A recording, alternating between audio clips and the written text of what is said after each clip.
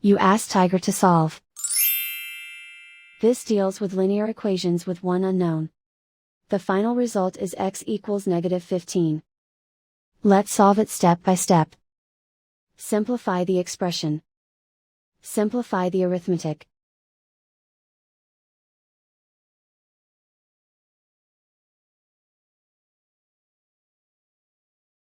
Swap sides. Isolate the g. Divide both sides by 3. Simplify the fraction. Find the greatest common factor of the numerator and denominator. Factor out and cancel the greatest common factor. And so the final result is x equals -15.